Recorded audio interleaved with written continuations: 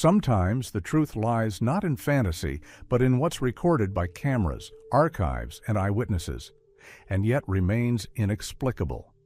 Dozens of strange objects, traces, signals, and discoveries have been found around the world, baffling even scientists.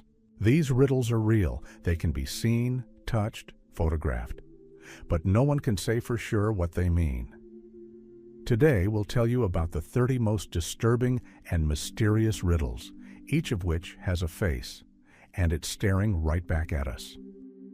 Human columns in the Aokigahara Forest.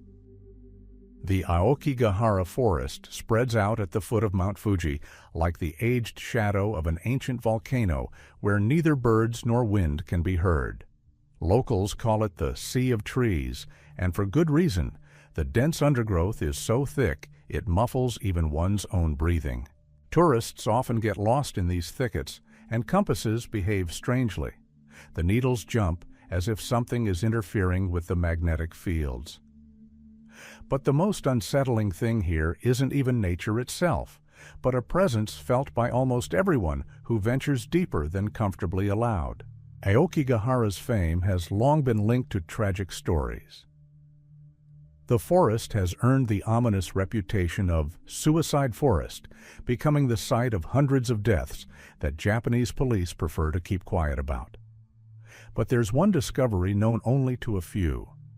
In 1998, during a quiet field survey, a small group of volunteers discovered what journalists would later call human columns. These were bodies, 3 at the time, not lying down as one would expect, but standing upright, as if frozen in place. Their feet sank into the moss, their faces were turned in one direction, and their bodies maintained an unnatural balance without any support.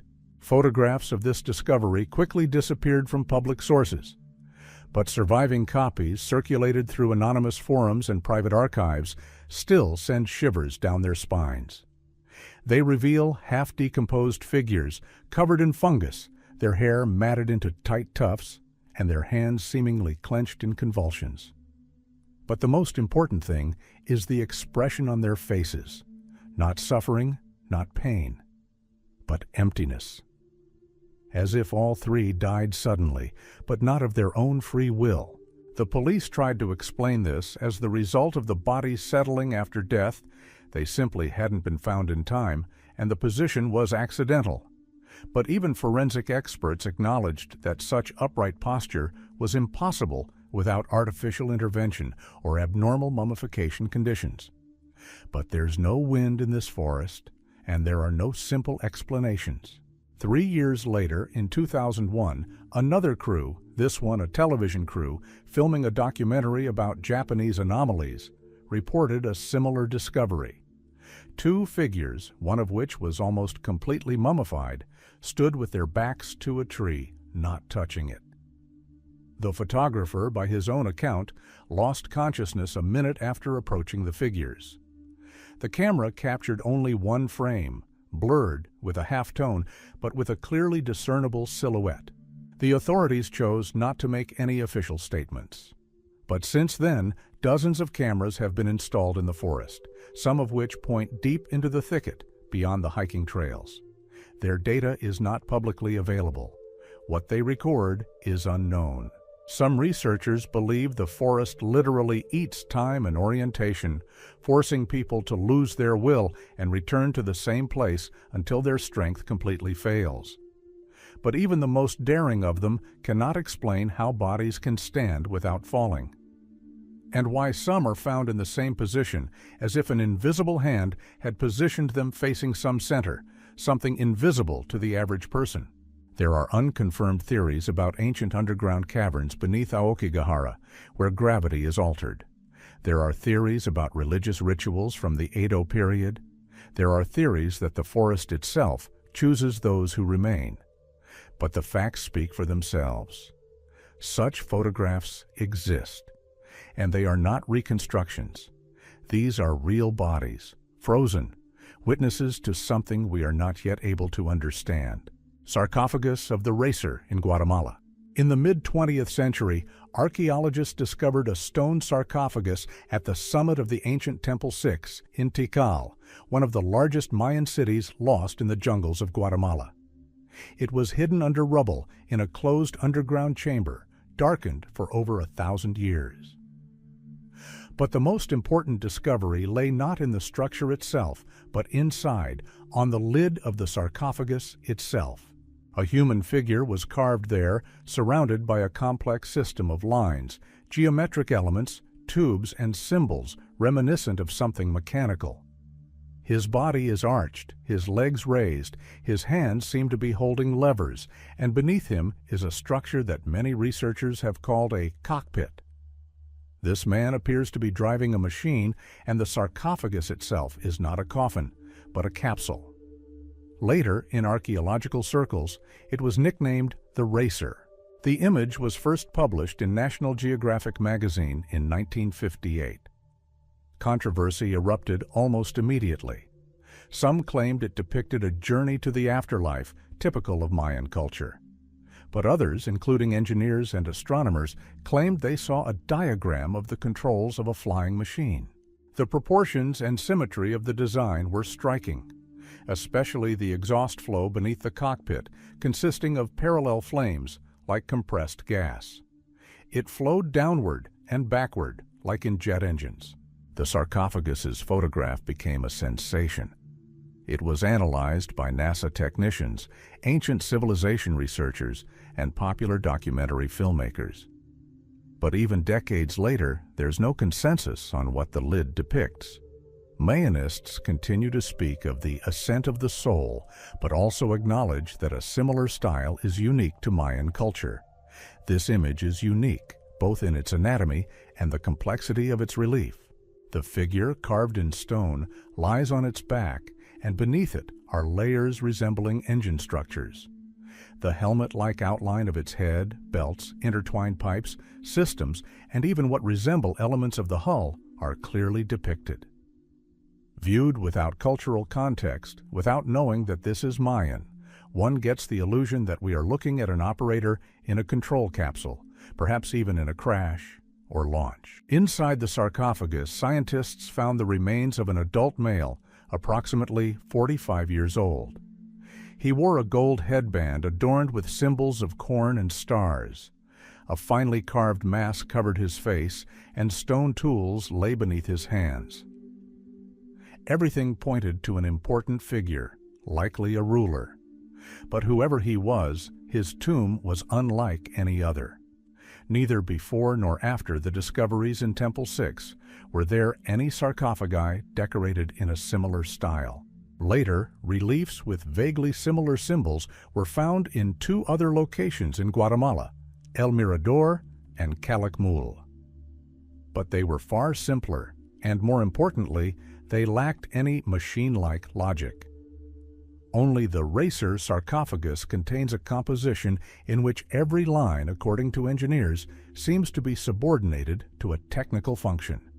The exhaust, the handles, the ceilings, even the body position, tensed with bent legs, is like that of the pilot in the module. Today, the sarcophagus can be seen in photographs in museums. It is among the most enigmatic artifacts of Central America.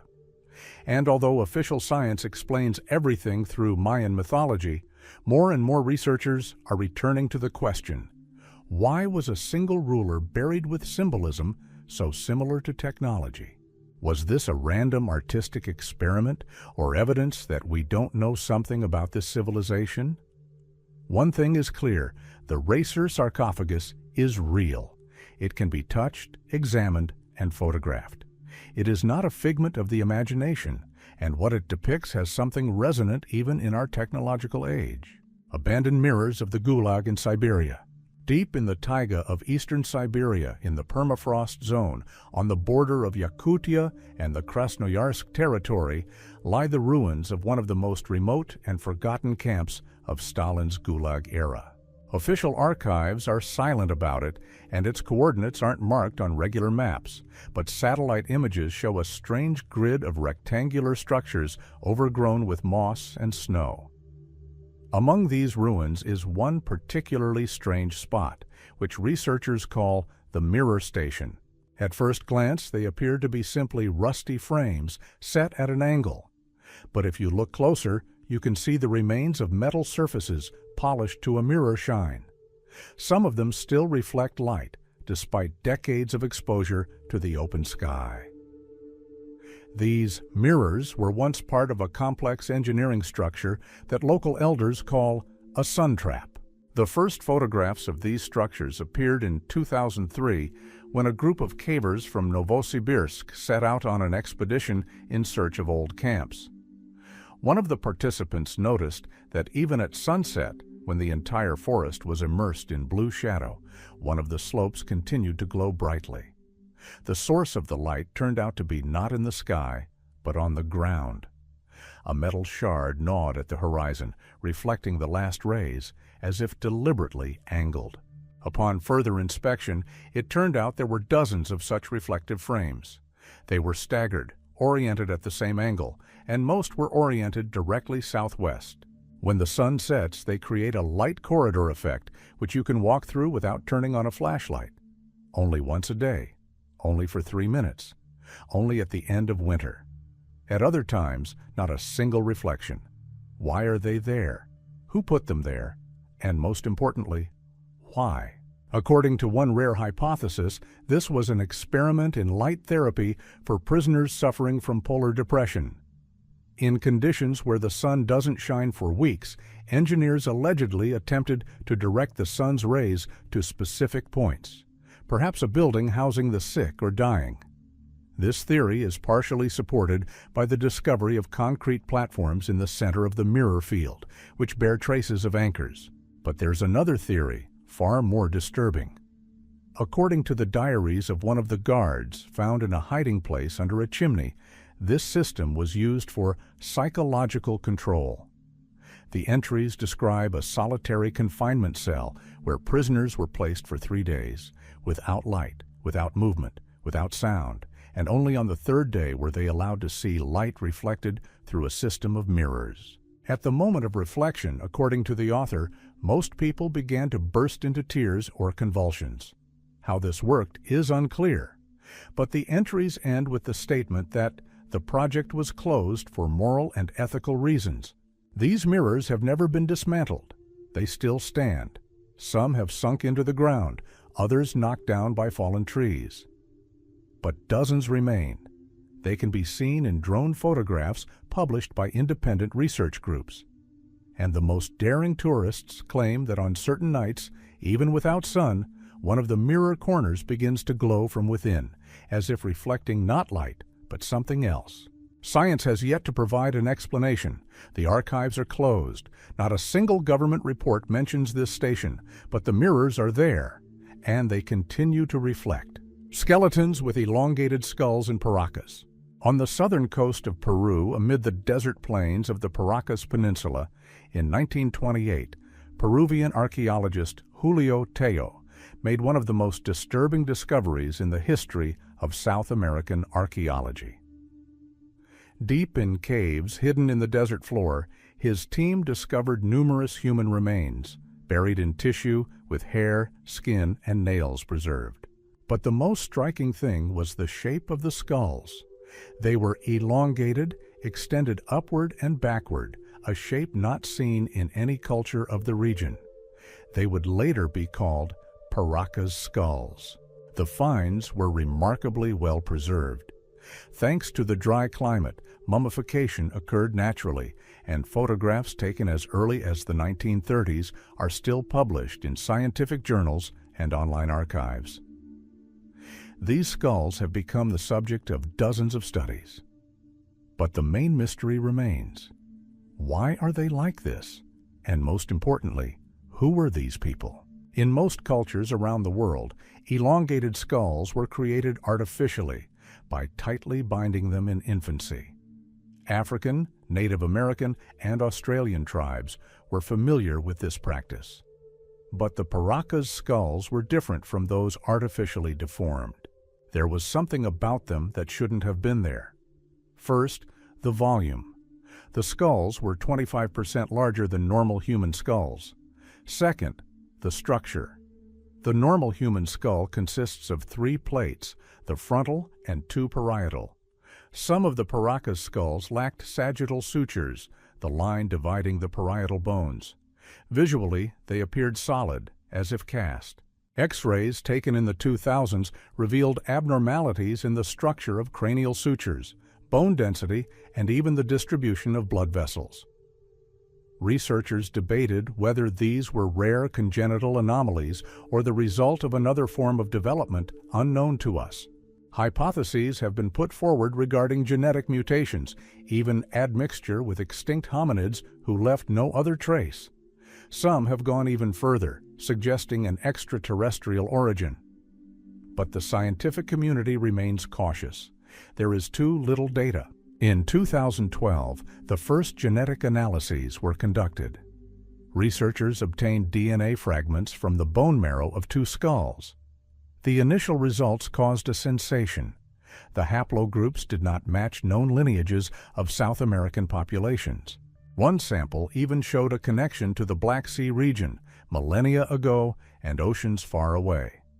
However, this data was not officially recognized, as the analysis methodology and sample storage conditions fell far short of academic standards. Nevertheless, photographs, genetic fragments, and preserved mummified heads from Paracas became part of the greatest mystery in Latin American archaeology. One of the skulls on display in a private museum in Ica continues to stir controversy. It has red hair. This is almost impossible for a region where dark-haired peoples lived for millennia. Moreover, the hair is not dyed or artificial. It grew from preserved hair follicles. This means either people from another continent visited the area, or there was a lineage that left no other traces in the region's genetic makeup. There are also ritualistic aspects. Among the fabrics in which the skulls were wrapped, symbols resembling stars, circles, and repeating spirals were found. Some believe these people occupied a special position, perhaps priests, keepers of knowledge, or something more.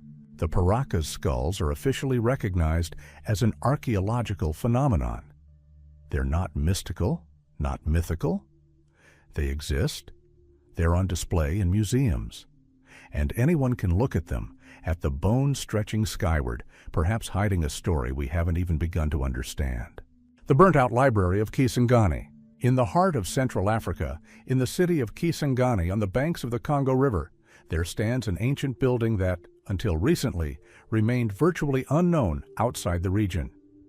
It was a library built in the late 19th century by Belgian missionaries, an unremarkable 2-story structure of clay and stone with a wooden roof surrounded by palm trees and abandoned workshops. There was no sign on the door, and the keys to the locks were kept by an elderly caretaker who lived nearby. And yet, this very place became the source of one of the strangest and most frighteningly inexplicable stories in modern Africa. In March 2007, a massive fire broke out in Kisangani. It was caused by electrical wiring in the building across the street. The flames spread to several buildings, including the old library, which burned completely within hours. The roof collapsed, wooden beams crumbled, and windows were shattered. Witnesses said the fire was so powerful that it was impossible to remain inside, even in protective clothing. The temperature exceeded 600 degrees Celsius. Anything made of wood or paper would have been reduced to ashes. But 2 days later, when firefighters returned to survey the damage, they discovered something impossible. In the center of the former reading room, amidst charred walls and a black floor, stood an iron cabinet, slightly askew but intact. Its door, according to eyewitnesses, was barely ajar. Inside were about 30 leather-bound folios, most written in a language they couldn't immediately identify. And most importantly, the pages were intact. No charring, no traces of moisture, not even the smell of smoke. Photographs of the books went viral in academic circles. These weren't modern editions, but texts dating from various periods, from the early 13th century to the late 19th century. Some were written in Old French, others in unknown Bantu dialects. But the strangest discovery was a scroll covered in incomprehensible symbols resembling a mixture of Arabic script and hieroglyphs. The scroll's paper had a papyrus texture, but its origin has not yet been determined. Scientists from the University of Kinshasa, invited to conduct an expert examination, suggested that the books might have been protected by some kind of hermetically sealed fireproof container. But the library's security guard insisted that the building had no such systems. The bookcase was old, with a regular door. Furthermore, everything around it had been completely destroyed by fire. Even the metal shelves had been reduced to dark dust. So why did these particular books survive? Some locals, especially the elderly, claim the library was a safe place. Supposedly, in the early 20th century, texts of power were brought here, rescued from colonial raids by the remote Kusai tribe, about whom almost nothing is known today. Legend has it that these books were hand-copied over invisible fire, a metaphor that has never been fully interpreted. The tomes are now kept in separate climate capsules, and only 2 have been deciphered. One is a treatise on astronomy, containing descriptions of the lunar phases and circles of shadow crossing the equator. The second is a collection of prophecies, written in the first person, describing 3 splittings of time and a city turning inward. What exactly survived in this cabinet and why? No one can say. The fire destroyed everything around it. But these texts, it's as if they didn't notice the fire, as if someone or something prevented them from disappearing. Mikhailovsky Triangle in the swamps of Russia, at the junction of the Vologda and Kostroma regions, in an area where dense forests give way to impassable swamps, lies one of Russia's strangest and least known geometric anomalies. It's called the St. Michael's Triangle, an area of approximately 40 kilometers, on the surface of which satellite images reveal smooth, clearly defined lines forming an equilateral triangle. These lines are visible only from above. They are indistinguishable on the ground. No relief, no buildings, no signs of intervention. But they are there, and the closer scientists look, the more questions arise. The shape was first noticed in 1991 when Soviet topographers were analyzing photographs for geodetic purposes. One of the engineers noticed that the swampy area had an anomalous symmetry. He traced straight lines along the subtle transitions in the texture of the marsh vegetation and was amazed. 3 sides converged at a nearly perfect 60-degree angle, forming a geometrically perfect shape the size of a large city. Inside, there was nothing, only flat, uniform marsh vegetation, without hills, bodies of water, or traces of human activity. A decade later, in 2003, civilian satellite images confirmed the triangle's existence. The difference in spectral data between the line and the background is 4 to 6 NDVI units, an index that measures the health and density of vegetation. Simply put, plants along the lines grow differently than the surrounding area. Meanwhile, the soil, according to the probing data, has the same acidity and density, ruling out a natural boundary such as a bank or riverbed. Locals had known about the place for a long time. They called it the humming swamp, not because of the sound, but because they said equipment would make strange noises when passing through the area. Compasses malfunctioned. Radios picked up a noise reminiscent of the rustling of voices. But official documents listed the area as inaccessible and undeveloped. Attempts to drain part of the swamp in the 1970s ended in failure. Pumps broke, equipment sank, and workers complained of an oppressive feeling and headaches. In 2014, a private research team, geophysicists, radio engineers, and cartographers deployed there. They spent 3 days at the triangle's edge and collected some strange data. First, a 1.2-degree increase in local temperature was observed within the triangle, even though the swamps should cool the air. Secondly, electromagnetic measurements revealed rhythmic pulses with a frequency of approximately 17 Hz, a range close to the human brain frequency. One of the expedition members claimed to have experienced several spatial displacements. A brief sensation as if his body had slightly rotated even though he was not moving. The strangest thing happened on the night between Friday and Saturday. A camera mounted on a stand inside the triangle captured a bright flash of light emanating from the soil itself. The light lasted less than a second. But at that moment, the clock on the instrument panel was off by exactly 3 minutes and 33 seconds, simultaneously across all recordings. After that, the electronics began malfunctioning, and the expedition urgently abandoned the area. No government agency has offered an explanation. Geologists have claimed the shape could be the result of natural moss growth along underground cracks. But such symmetry is impossible in nature, yet the triangle remains. It can be seen on Google Earth. The coordinates are not hidden, but if you zoom in, the detail disappears. It's as if something in this place refuses to be seen up close. Atlantis Ridge near the Azores. At the bottom of the Atlantic Ocean, near the Azores, lies one of the most controversial geological formations on the planet. It's variously called the Central Atlantic Rise, the Mid-Atlantic Ridge, or, as proponents of sunken civilizations like to say, the Ridge of Atlantis. It stretches for thousands of kilometers. Its shape is remarkably linear, and in the area between the Azores and the Madeira Plateau, this structure rises closer to the surface than anywhere else in the ocean. It is here that observations are concentrated that form the basis of one of the most enigmatic themes in 20th century oceanography. Since the late 19th century, explorers laying cables between continents have reported strange anomalies on the seabed in this sector. Flat areas that appear leveled, smooth ledges resembling walls, sharp depth changes, and debris that seemed impossible to be created by nature.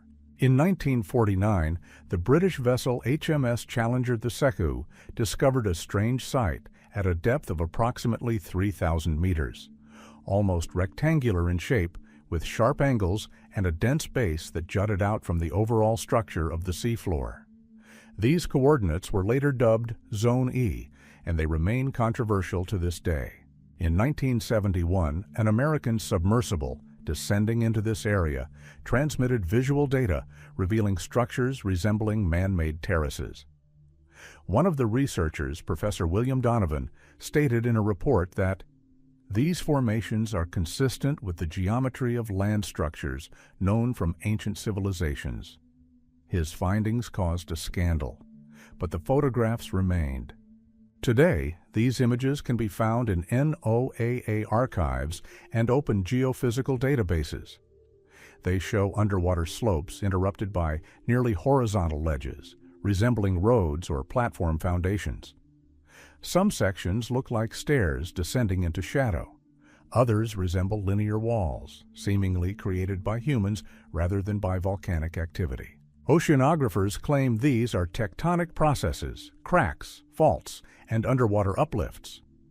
But at the same time, in the center of the region, between coordinates 35 degrees north and 28 degrees west, lies the most controversial feature, a vast plateau barely submerged.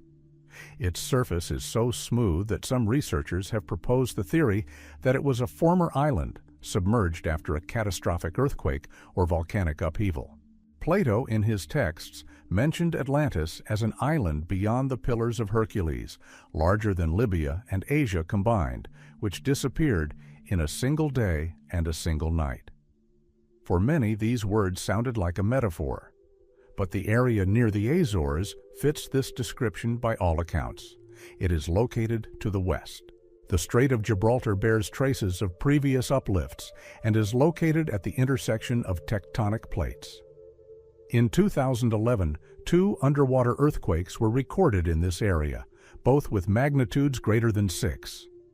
Uplift and subsidence are common here. Some proponents of the Atlantis hypothesis argue that part of the ridge once rose above the water and formed land, perhaps an archipelago or a single massif. This is supported by the discovery of pumice and other volcanic rocks, characteristic of underwater islands over the past 20 years. They indicate that there may have once been land here, submerged after a series of seismic events. There's no convincing evidence, but there's also no complete refutation. And most importantly, satellite maps of the ocean floor confirm beneath the water, right off the Azores, lies something large, smooth, and strikingly symmetrical. Too perfect to be attributed to chance. Abandoned ice church in Iceland.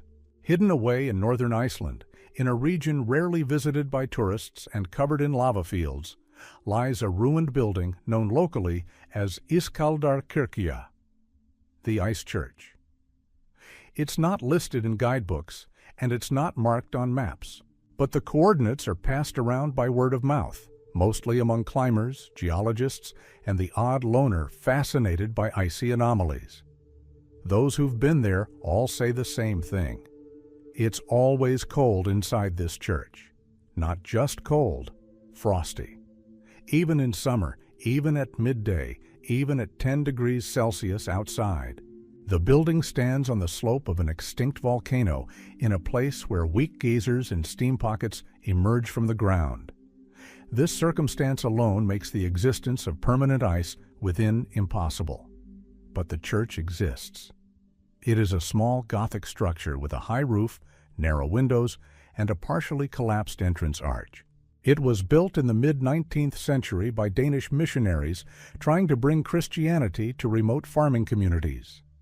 Judging by the records found, the church operated for only a few years. Then it was abandoned. And here's where things get strange. The first reports of the ice effect appeared back in the 1930s. A geologist surveying the area reported that water froze on his boots when he entered the building. The walls inside were covered in frost. The ceiling was a crust of ice. The floor was a glass-smooth slab of ice. Outside, everything was dry, and the snow had long since melted. In 1967, Icelandic radio published an interview with a farmer who once hid in this church from a storm. He claimed the cold inside was unbearable, his breath turned to steam, and the walls made a cracking sound like ice breathing. He stood there for less than 30 minutes, but suffered frostbite on his fingers. In the 1980s, a group of students at Reykjavik University attempted to measure the temperature inside and outside. The results stunned everyone. On a day when the outside temperature was around 12 degrees Celsius, thermometers inside the church showed -4 degrees Celsius. No cooling systems, no wind, no shade, eternal cold. Scientists have suggested that the cause may be a geothermal inversion, a rare natural phenomenon in which hot air descends, displacing cold air upward. But no one has been able to explain why this only occurs inside the walls, or why the ice crust persists, even in August. When they attempted to install storage heaters in the church in 1995, they burned out within a minute. The temperature remained unchanged. Today, the building is considered dangerous. It's unguarded, but warning signs are posted nearby. Inside, there are cracks in the walls, ice buildup on the arches, and a strange, muffled sound, like a drop of water falling on ice somewhere deep beneath the floor. Photos taken by tourists confirm this. They show frost, steam from the breath, and frozen hair. Some of the photos have a strange feature, a slight distortion of perspective, as if the space inside the church is warped. There's a theory that this place was built on an ancient ice pocket buried deep within the Earth's crust. Others talk about underground gas flows altering the pressure. But there are also those who believe the cold isn't physical, that it's connected to what remained in this place after the church emptied. It wasn't the people who left. Something displaced them, and the ice is merely its breath. A window that has not closed for 100 years. Hidden away in the Bavarian hills near the town of Oberau, an ancient Benedictine monastery conceals one of Europe's strangest architectural mysteries. In the southern wall of the monastery complex, facing the courtyard, stands a tall, arched window covered with plain glass, not stained glass. Its construction is simple, with a wooden frame and iron hinges. But since the early 20th century, this window has been impossible to close. Not in winter, not during hurricanes, not even when the monks tried to board it up. It always opens. The story began in January 1923 when, according to monastery chronicles, one of the young novices was found dead on the floor of the prayer hall. He lay right beneath this very window. The cause of death was never determined. One theory suggested a heart attack, another an accident. But soon after his funeral, the monks noticed something odd. The window, always closed at night, was suddenly wide open in the morning, even though all the keys were still there. At first, they thought it was a draft or a faulty frame. They tried replacing the frame, but it didn't help.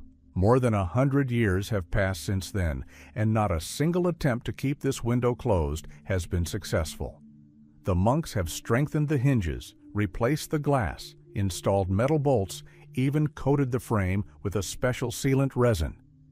And yet it still opens. Sometimes with a soft click, sometimes with a sharp thud, as if someone were forcibly pushing it open from the inside. But inside, it's empty.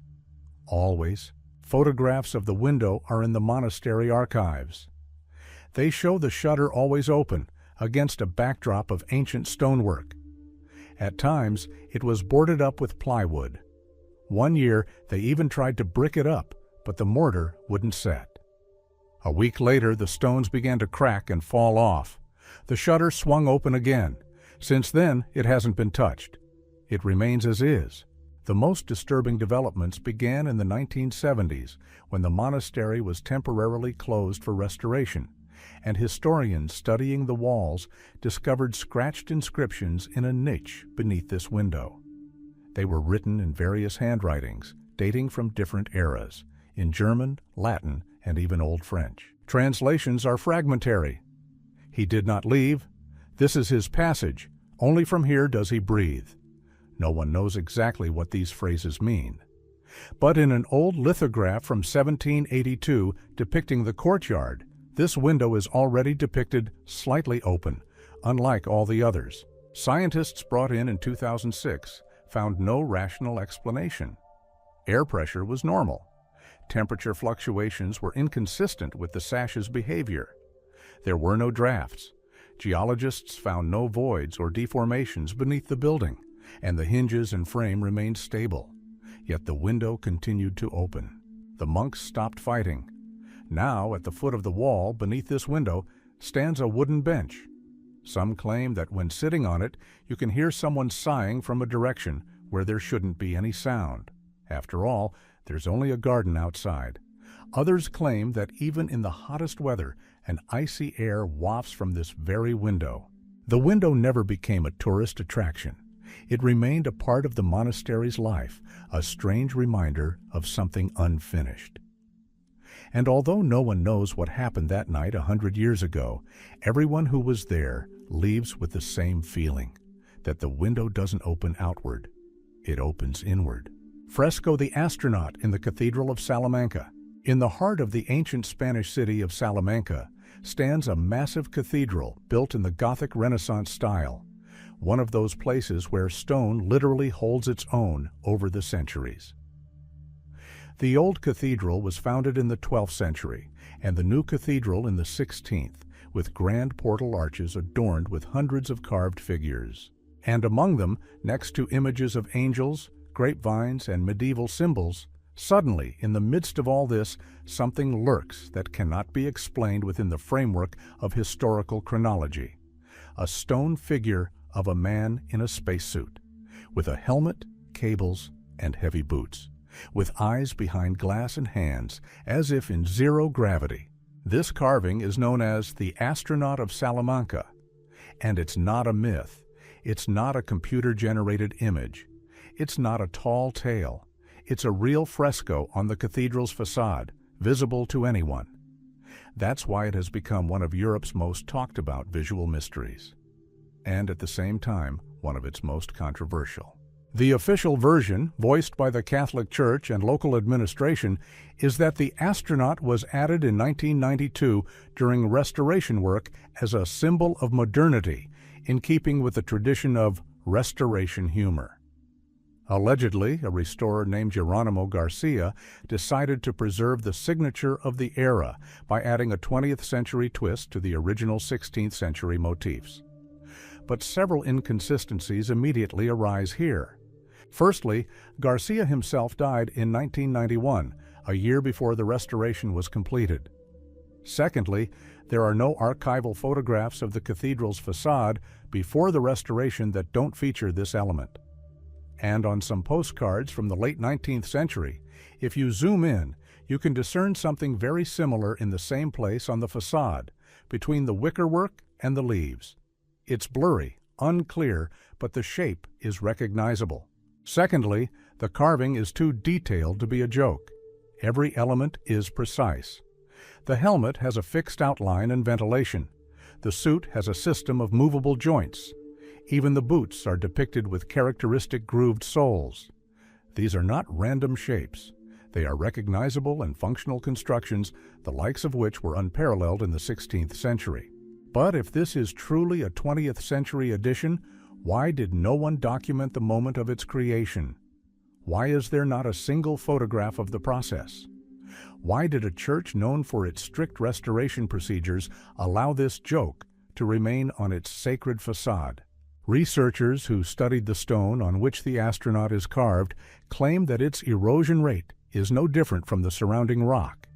This means that if the figure was added later, it somehow underwent the same erosion processes in a short period of time as the older elements over centuries. This is either chemically impossible or means it is much older than official sources claim. Proponents of the extraterrestrial traces in history theory point out that similar figures, though rare, are found elsewhere, for example in Indian temples or on textiles from pre-Columbian Mesoamerica. But the Salamanca fresco is one of the clearest, most public, and most difficult to explain. It's on the facade of a building passed by hundreds of people every day. And yet, to this day, no one can say with certainty how it came to be there. One thing is clear, the astronaut's figure is real. It looks down from above onto the street where centuries blend, as if reminding us that time is not linear, and that perhaps what we call the future was once already carved in stone. The disappearance of the submarine USS Scorpion and the strange signals that preceded it.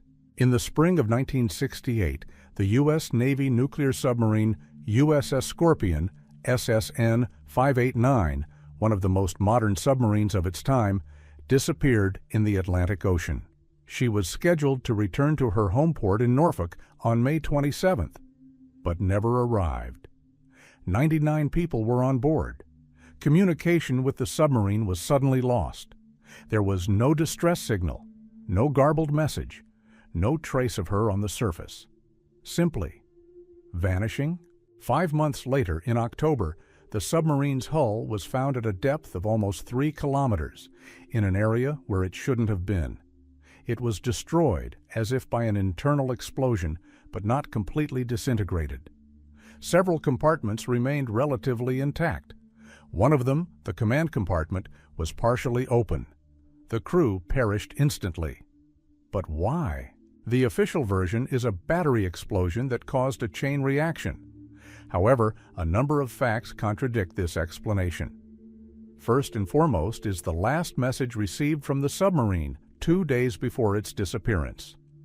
In it, the captain reported observing an unusual object following the submarine, without providing any specifics. It was encrypted and brief, but labeled as anomalous tracking at depth. Subsequent events only heightened suspicions. Shortly before the disappearance, NATO sonar stations in the Atlantic, in particular the SOS-US network, detected a series of sounds that still spark debate. These weren't just noises, but pulsating signals emanating from the depths. Their rhythm didn't correspond to the movements of ships, underwater volcanoes, or marine animals. 4 pulses, equal in frequency, with intervals of exactly 42 seconds. They repeated twice, and then disappeared. When the submarine was found, its hull showed dents and scratches not typical of an internal explosion. Furthermore, one of the compartments was depressurized from the inside out, but the doors to it were closed. It was as if pressure had built up in the empty space. Some researchers who gained access to satellite imagery and underwater photographs claimed that large metal fragments not belonging to the submarine were detected near the site of the sinking. This data was later classified.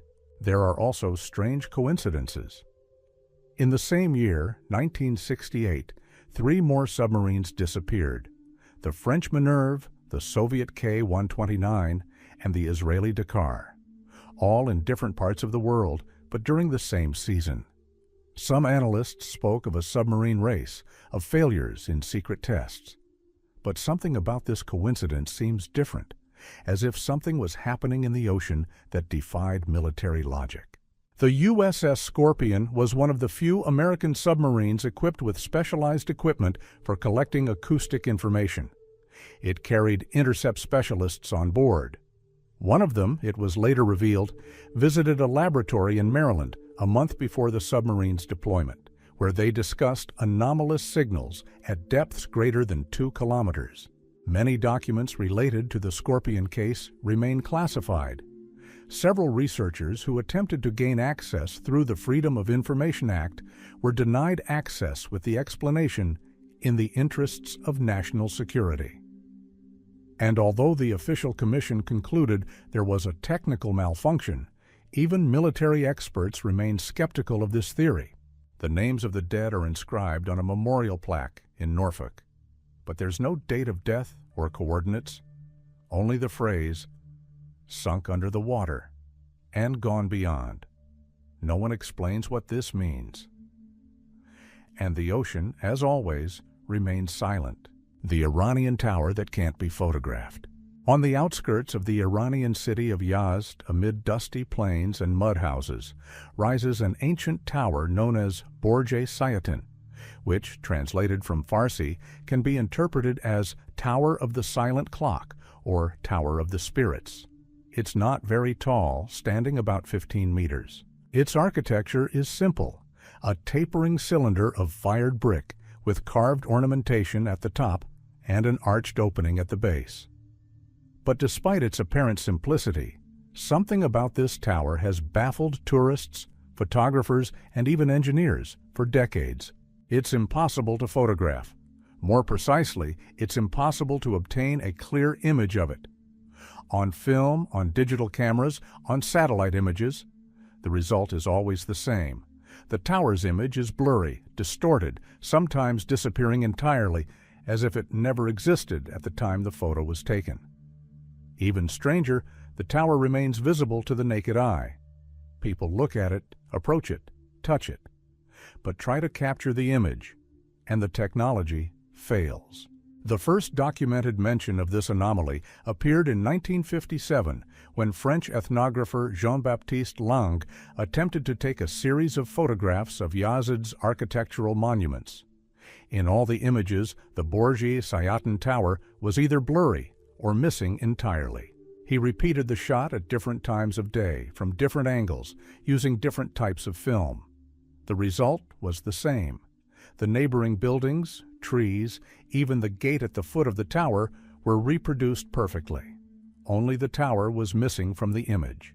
At first, this was attributed to dust, heat, and equipment defects. But in the following decades, various groups of researchers, bloggers, and journalists attempted to replicate the experiment. Some tried filming with infrared cameras, others used thermal imagers, and still others even connected spectral sensors. And each time, the tower's image would distort, blur, or disappear entirely. There were several recorded instances where the photograph was taken accidentally, out of focus, and the tower still appeared in the frame.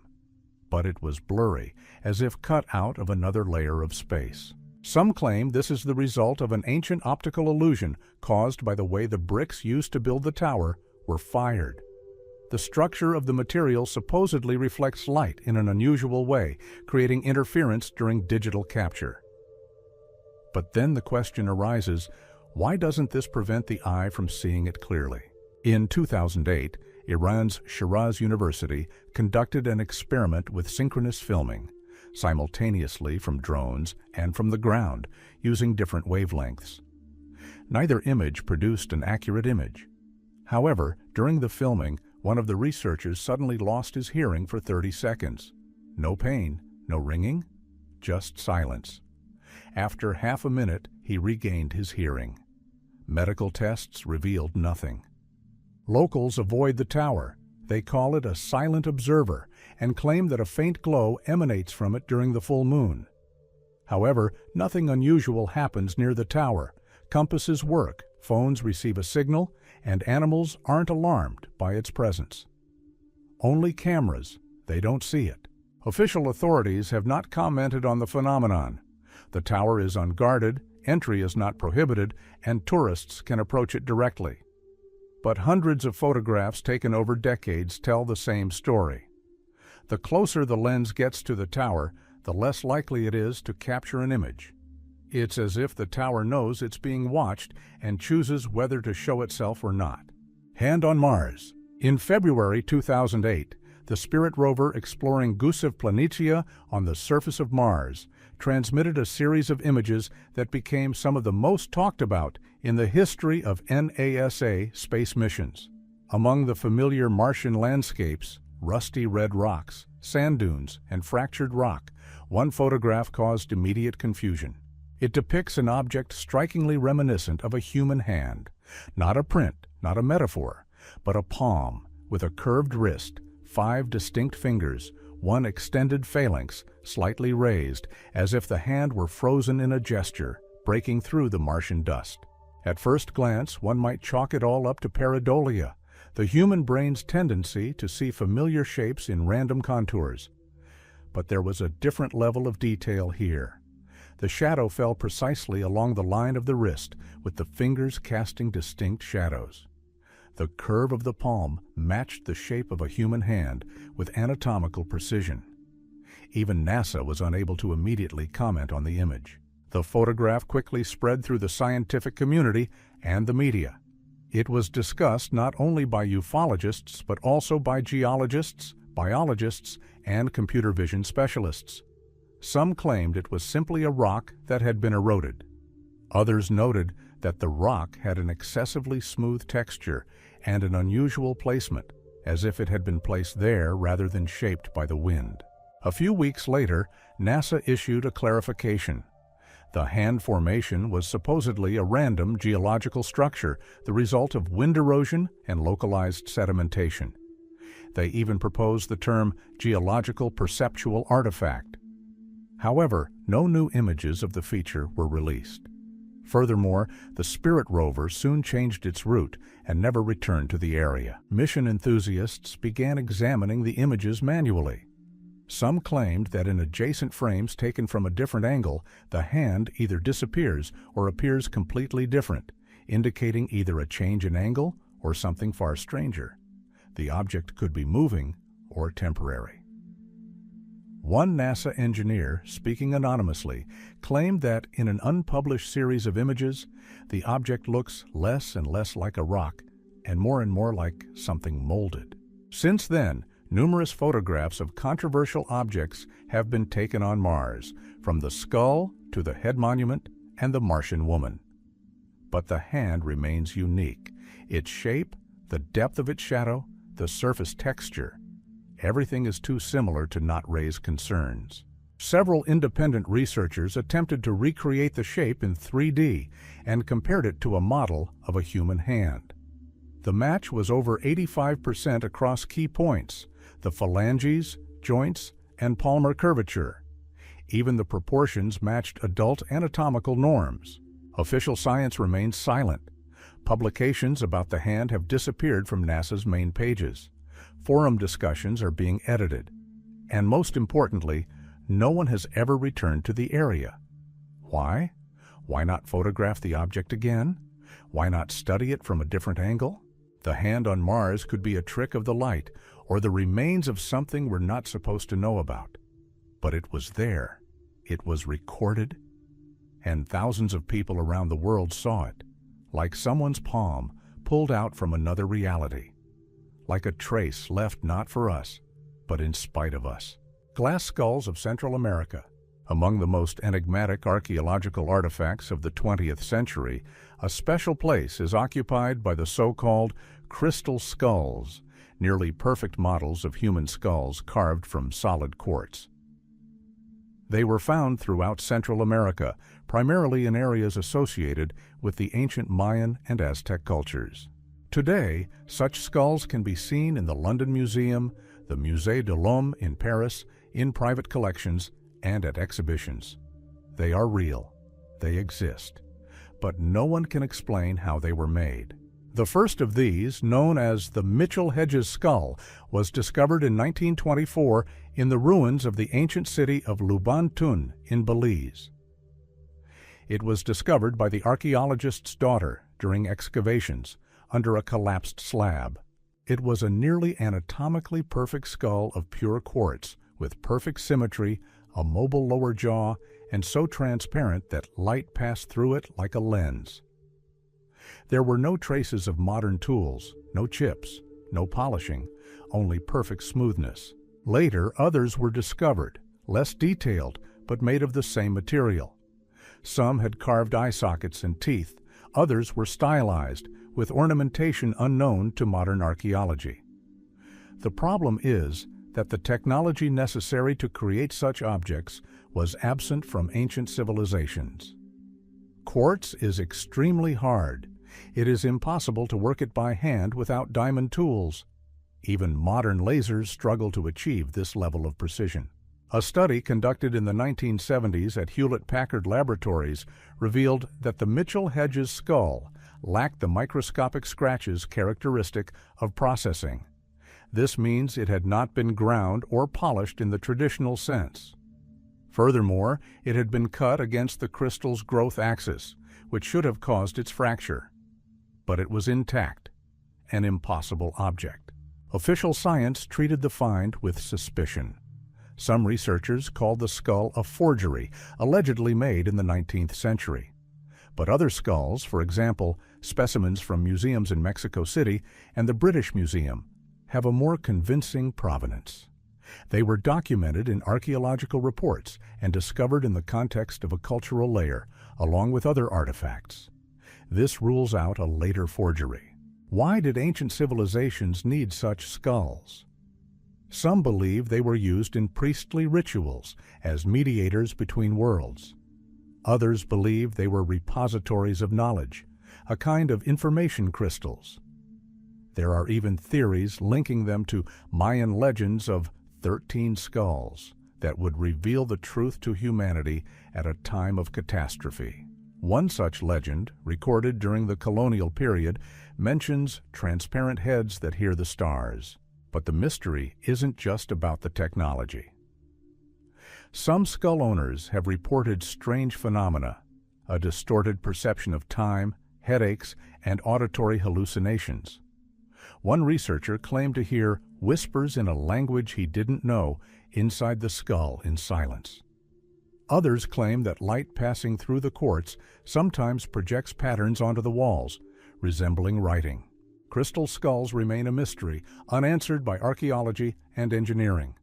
They are too perfect to be handmade and too ancient to be a forgery. We see them, we can photograph them, hold them in our hands, but we don't understand why, by whom, and most importantly, how. Devil's Pool off the coast of Australia. Hidden away in the heart of Queensland, near the city of Cairns, amidst tropical forests and smooth boulders, lies one of Australia's most beautiful and, at the same time, most deadly natural pools. It's called Devil's Pool. Crystal clear water, smooth slopes, rapids, and waterfalls, the place seems ideal for swimming and photography. But according to official reports, more than 20 people have died here, and unofficial reports suggest many more have disappeared without a trace. The first reported cases of drowning were recorded in the early 20th century. Young men who had no trouble swimming would suddenly sink underwater and never resurface. Witnesses claimed the bodies disappeared within seconds. Some literally did so right in front of their friends. And no one heard a scream, no splash, no struggle. It was as if something was simply pulling them in. Rescuers searched the bottom, to no avail. Sometimes the bodies were found weeks later, several kilometers downstream. Sometimes they weren't found at all. Scientists attributed everything to a strong underwater current.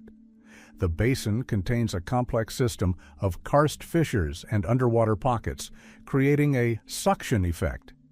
The water here moves differently than it appears on the surface. Beneath the calm surface are traps.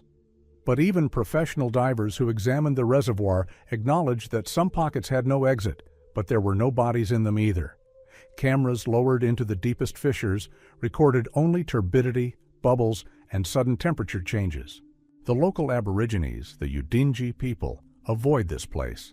They call it Wakana, the place that calls. According to their legend, these rocks are inhabited by the spirit of a woman named Oguji, who lost her lover and now takes men into the water to avoid being alone.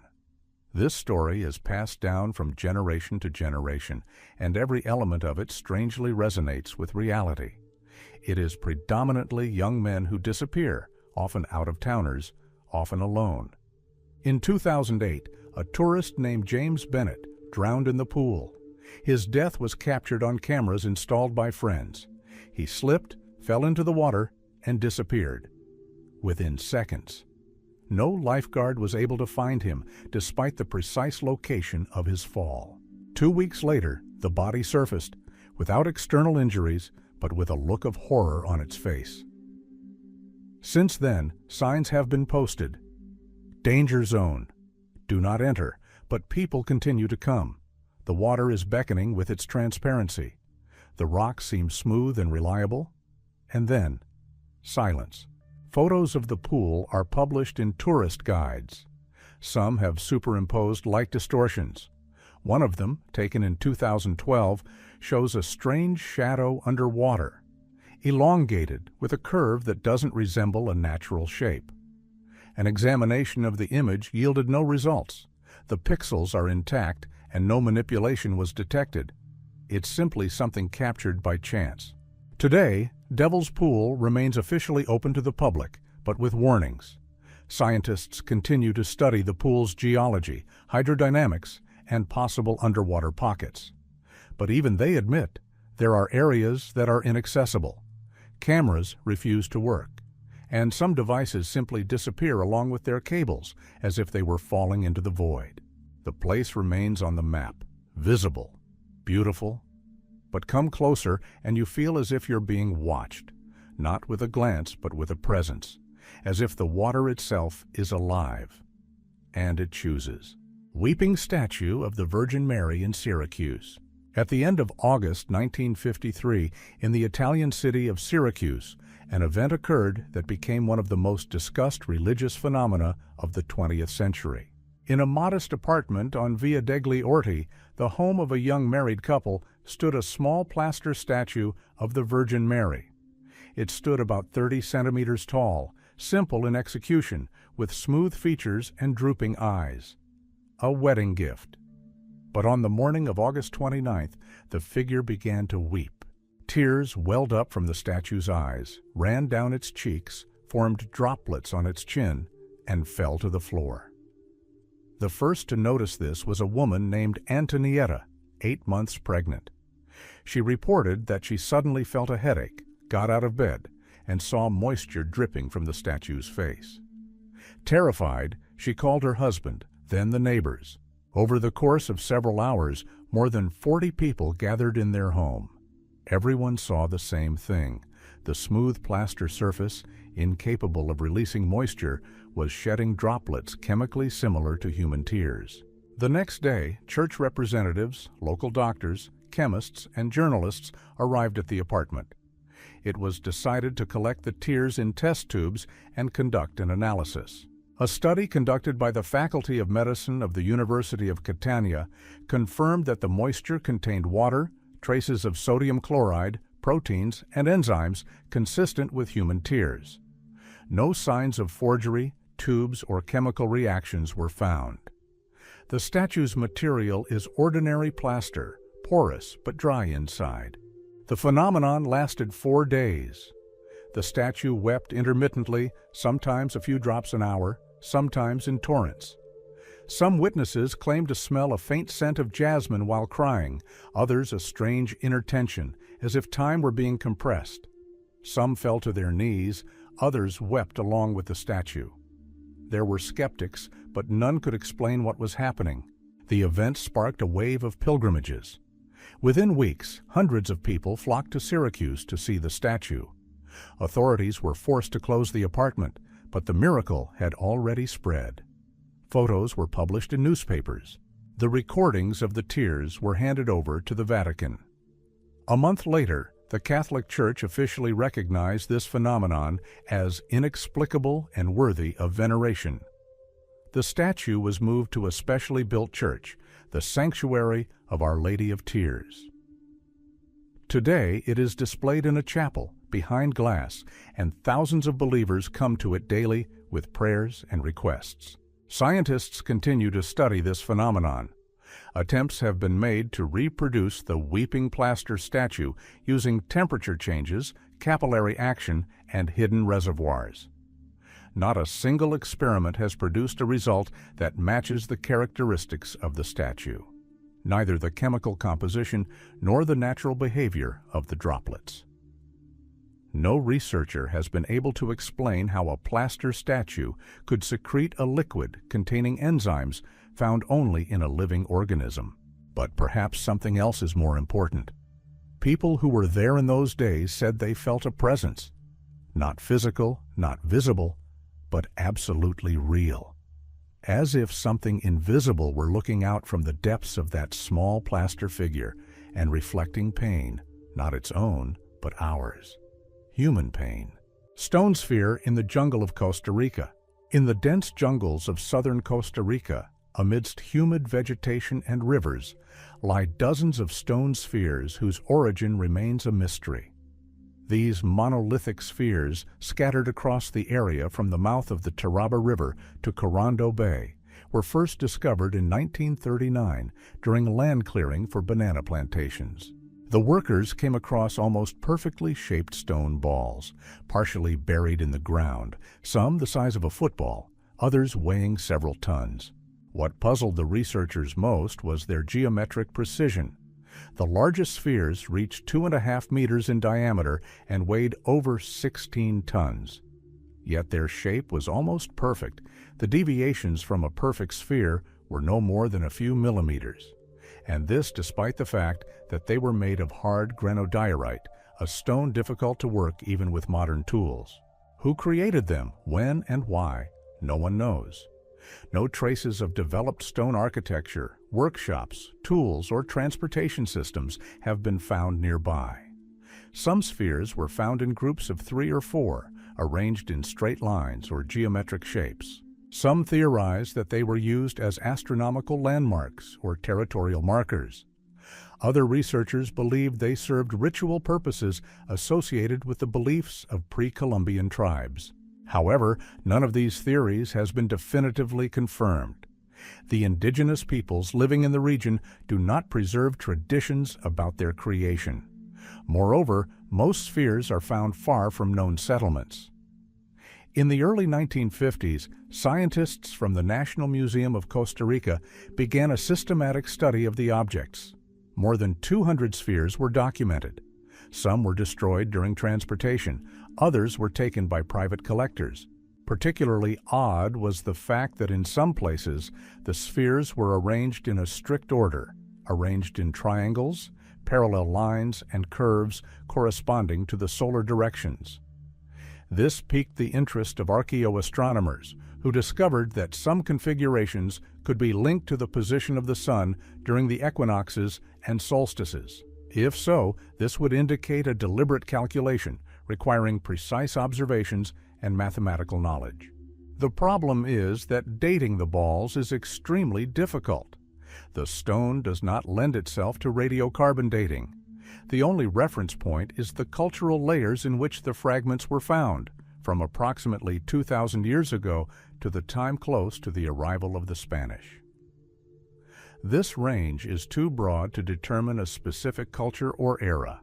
Some researchers speculate that the spheres could have been created through years of hand-rolling using fire and water, but they also acknowledge that achieving such symmetry with such methods is virtually impossible. Even with today's technology, creating dozens of stone spheres with millimeter precision is a complex and costly task. These objects can still be seen in open spaces in the Diki region. Some are on display in museums, others are right on the streets. One of the largest spheres is located on the grounds of the International Airport in San Jose. But the vast majority remain in the jungle, covered in moss, half buried in the ground, as if someone had once deliberately left them there, and then gone, without a trace, without a word. Self-propelled stone from Death Valley. In one of the most lifeless and hot places on the planet, Death Valley in southeastern California, there exists a phenomenon for which no definitive explanation has yet been found. It's a dried-up salt lake called Racetrack Playa.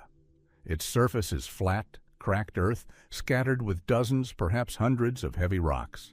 These stones, various in size, some weighing over 200 kilograms, move on their own, without the help of humans, animals, or machines. On the cracked clay, dried by the merciless sun, each of these stones leaves behind a distinct furrow. Some tracks are straight, stretching for tens of meters. Others are curved, changing direction. There are even cases where one stone seems to walk around another, as if conscious of its presence. But the strangest thing is that no one has ever witnessed the actual movement. No one has captured it in real time. The stones seem to wait while no one is looking. The first documented mention of this phenomenon dates back to the early 20th century. In 1913, geologist Joseph Kropf, surveying a dry lake bed, recorded traces of movement of stone objects weighing over 100 kilograms.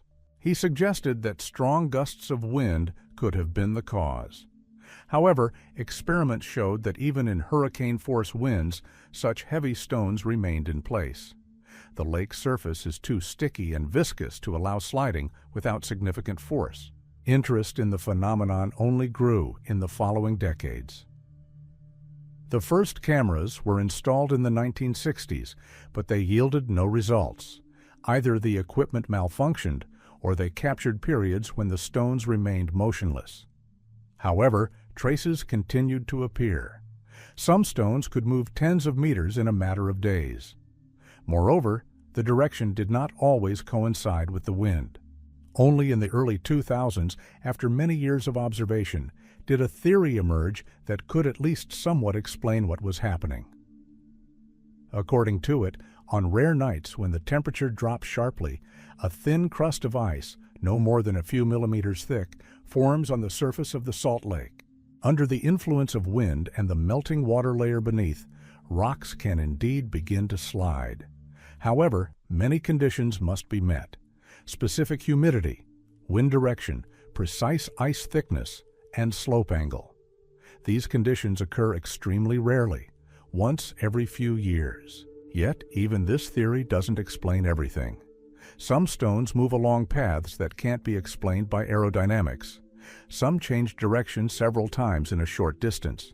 There are cases where two identical stones, lying side by side, leave tracks in opposite directions, or when the track breaks off halfway and the stone seems to vanish. Scientists are still debating whether this phenomenon can be considered fully understood, or whether it's just part of a more complex mechanism we haven't yet figured out. People who have visited Racetrack Playa describe a strange sensation, as if everything around them has gone silent. The air doesn't move, the earth doesn't breathe, but at the same time, you understand. Something is happening, without sound, without warning, and only in the morning, in the sun, can you see. One of the stones is no longer where it was yesterday, and its mark is like the desert signature, or a reminder that even stones sometimes move. Tower without entrance in India. On the outskirts of the Indian state of Karnataka, among forested hills covered with mango trees and vines, rises a strange structure known to locals as Mukha Stapa, the Faceless Tower. It is an octagonal stone structure, approximately 24 meters tall, composed of massive blocks of gray granite.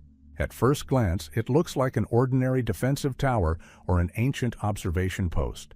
But the closer you get, the clearer the main paradox becomes. The tower has no doors, no windows, no entrance, no stairs, no openings. None. According to satellite images, the tower is completely hollow inside. At its center is a hollow space, approximately 8 meters in diameter, stretching from the base to the very top. This was established using ground-penetrating radar and echolocation conducted by researchers from the Bangalore Institute of Architecture. But getting inside is impossible. All the outer walls are smooth, without protrusions or openings.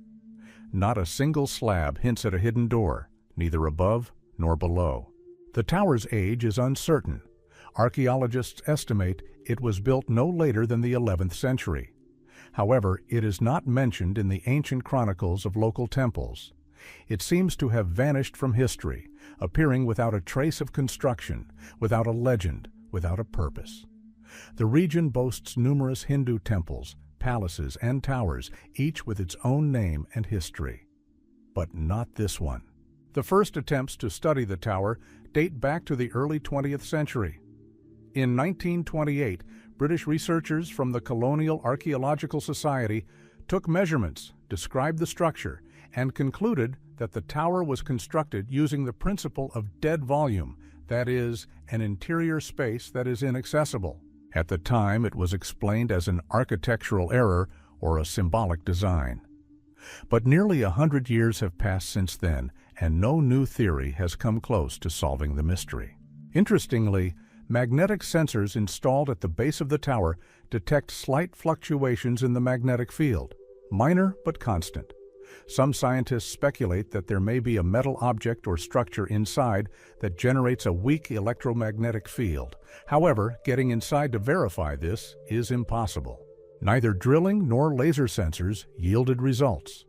Furthermore, one attempt to scan the interior in 1991 resulted in a strange equipment failure. The data was unreadable, as if the tower's interior contained noise rather than emptiness. Locals approach the tower with caution. Some avoid it, claiming a quiet hum like a low vibration can be heard emanating from it at night.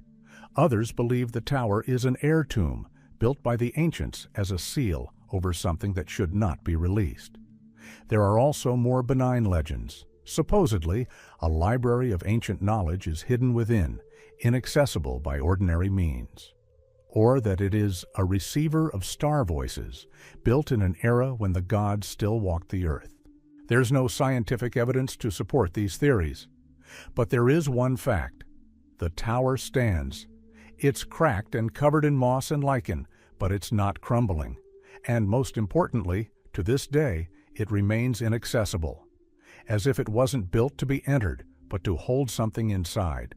A grave that is covered with frost once a year. In southern Spain, in the hot and dry province of Jaén, amid olive groves and white houses, lies the small cemetery of San Miguel, no different from hundreds of others. Even rows of tombstones, cypress trees, stone crosses. But in the very center, against the wall of an old church, lies a grave that, every year, on the same morning, June 21st, is covered in frost. The air temperature is above 25 degrees Celsius. This grave belongs to a woman named Isabel Gómez de Tobar, who died in 1896. Her tombstone is simple, a rectangular slab of gray limestone with hand-carved letters. No sculptures, decorations, or symbols.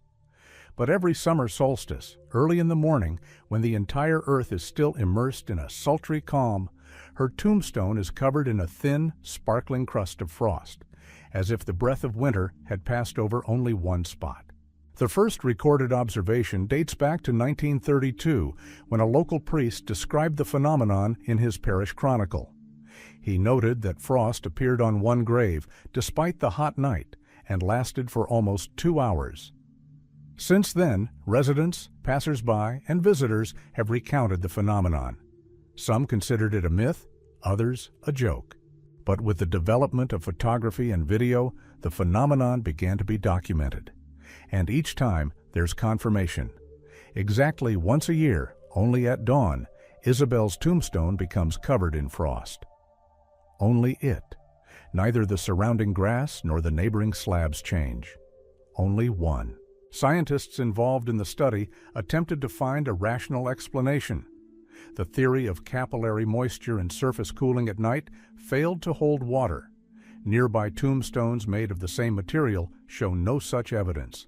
The surface temperature of the stove, as measured by infrared sensors, drops to 0 degrees Celsius when frost forms, compared to an ambient temperature of around 27 degrees Celsius.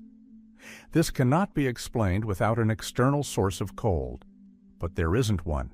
Hypotheses were put forward regarding geothermal activity, cracks in the ground, and evaporation of groundwater. But geologists found no evidence of any of these factors. The burial site is not distinguished by soil structure or moisture content. The only difference is the orientation of the slab. It is slightly offset from the others, as if shifted by a few degrees. But how this could cause regular cooling is unknown. Some researchers have attempted to link this to the specific date. June 21st is the summer solstice. On this morning, the sun rises at its highest point on the horizon, casting a shadow in a unique arc. One theory is that on this day, the angle of light hits the slab at a specific angle, activating some hidden process. But then it's unclear why this effect is accompanied by actual physical cooling rather than just a visual distortion. There's also a local legend. Isabel, in life, saved several children from death in the river and froze to death while pulling the last one out.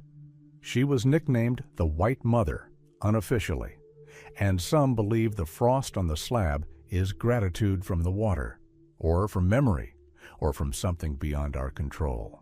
Every year at dawn on June 21st, several dozen people gather at the grave to watch the air shimmer with heat and the slab become covered in a white breath. Silently, without explanation. And perhaps it is precisely in this second, between night and day, between light and heat, that something is revealed that remains hidden from all other days of the year. The indestructible mummy of San Bernardo. In a high valley in the Cundinamarca department, near the city of San Bernardo, Colombia, lies a small cemetery that has become the site of one of South America's strangest and least studied anomalies. Here, in ordinary concrete vaults, lie dozens of bodies, barely decomposed since death. They weren't embalmed, they weren't prepared for mummification. But decades later, when relatives came to rebury the remains, the bodies lay almost intact before them. The first known evidence dates back to the late 1960s. A family opening a crypt 20 years after the death of a relative discovered his body virtually intact. The skin was wrinkled but intact, the facial features were recognizable, and the hair and nails were preserved. Over time, such cases became more and more common. Relatives began preserving the bodies in a special room at the cemetery. This is how the San Bernardino Mummy Museum was born, a small pavilion where dozens of bodies, preserved without refrigeration or chemicals, are displayed under glass. Scientists have attempted to explain this phenomenon. One of the first theories is a special microclimate.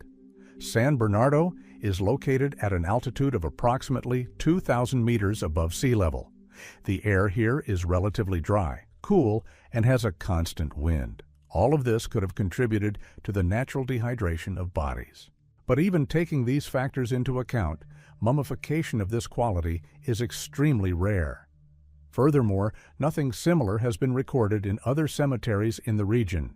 Other theories relate to the locals' diet. San Bernardino is known for its abundance of fruits and vegetables, especially guanabana and passion fruit. Some researchers have suggested that certain substances contained in these fruits may accumulate in tissues and slow down their decomposition. However, no scientific evidence has yet been found to support this hypothesis. Local residents regard the phenomenon with both respect and concern. Some believe it's a blessing of the land, while others believe the dead are not being released. One cemetery caretaker said, "We're just tending to them," and they lie there as if they've just fallen asleep. Indeed, some mummies look remarkably alive. The body of a little girl who died at the age of 7 is particularly eerie. Her skin has darkened but remains smooth, her eyes are closed, and her hair is neatly styled. It seems she's simply sleeping. Attempts to transport the bodies to other museums or laboratories have met with protests. Local residents believe mummies should remain where they were born. Furthermore, some families bring gifts, flowers, and even food to the bodies. It is believed that the souls of the deceased remain present in their bodies and should not be disturbed. But most importantly, the bodies haven't dried out to the bone. They retain soft tissue, muscles, and contours. And yet, there's no odor or sign of decay. Some of the mummies have been preserved for over 50 years and remain virtually intact. Today, the museum is open to everyone. Tourists come to witness this astonishing phenomenon. Scientists come to document its parameters. But no one can say why here, why these particular bodies, and how long these walls will preserve the memory that even nature itself has been unable to erase. The surviving library from Topkapi after the explosion and fire. In the very heart of Istanbul, on a promontory between the Bosphorus and the Golden Horn, stands Topkapi Palace, the residence of the Ottoman sultans for 4 centuries. It's not just an architectural monument, but a world unto itself: courtyards, chambers, treasuries, kitchens, a harem, and of course, a library. It's considered one of the quietest and most forgotten parts of the complex. It's not on display, not adorned with gold, but it was within these walls that some of the most ancient and rare manuscripts in the Islamic world were kept. And it was this very manuscript that survived something that should have destroyed it completely. On the night of August 9th to 10th, 1943, an explosion occurred in the palace courtyard. The official explanation was a gas leak in a closed kitchen gallery. The explosion caused a fire that quickly spread throughout the complex. The flames engulfed the northern halls and wooden ceilings, and according to eyewitnesses, the heat melted the lead from the domes. Panic was rife. The palace was guarded, but there were virtually no firefighting equipment. Part of the collection, especially the books, was in danger. The library was located near the site of the explosion. With its wooden ceiling and a multitude of papers, carpets, and manuscripts, it seemed like the fire's first casualty. But when the fire was contained 3 hours later, a strange thing was discovered. The library had suffered almost no damage. The smoke penetrated, but the fire did not. The ceiling did not collapse. The walls were intact, and most amazingly, the manuscripts remained dry, not sooty, not warped. Even the window panes, for some reason, did not burst, although the bronze in the adjacent room had melted. Historians later studied this phenomenon. The first explanation was fortunate location. Supposedly, the library's design provided ventilation that protected against fire. However, architects refuted this theory. There were no special firefighting technologies in this hall. Moreover, the library has 2 wooden entrances, neither of which was blocked up. A sea breeze, on the contrary, would have fanned the flames. But even the carpets in the corners remained untouched. A more mystical version says that the library was blessed by the blessing of the pen, one of the symbolic elements of Ottoman architecture, integrated into the design of the hall. We're talking about a fresco depicting a pen touching a drop of ink, a symbol of knowledge and the protection of writing. It was this fresco, according to one of the guards, that glowed crimson at the moment of the explosion. It sounds fantastic, but many believe the library didn't burn because it couldn't. It shouldn't have. The library's collection includes over 8,000 manuscripts, scientific treatises, poems, the Quran, medical texts, geographical maps, and books on navigation. Some of them date back to the 12th century. They are hand-bound, decorated with gold and illuminated with natural colors.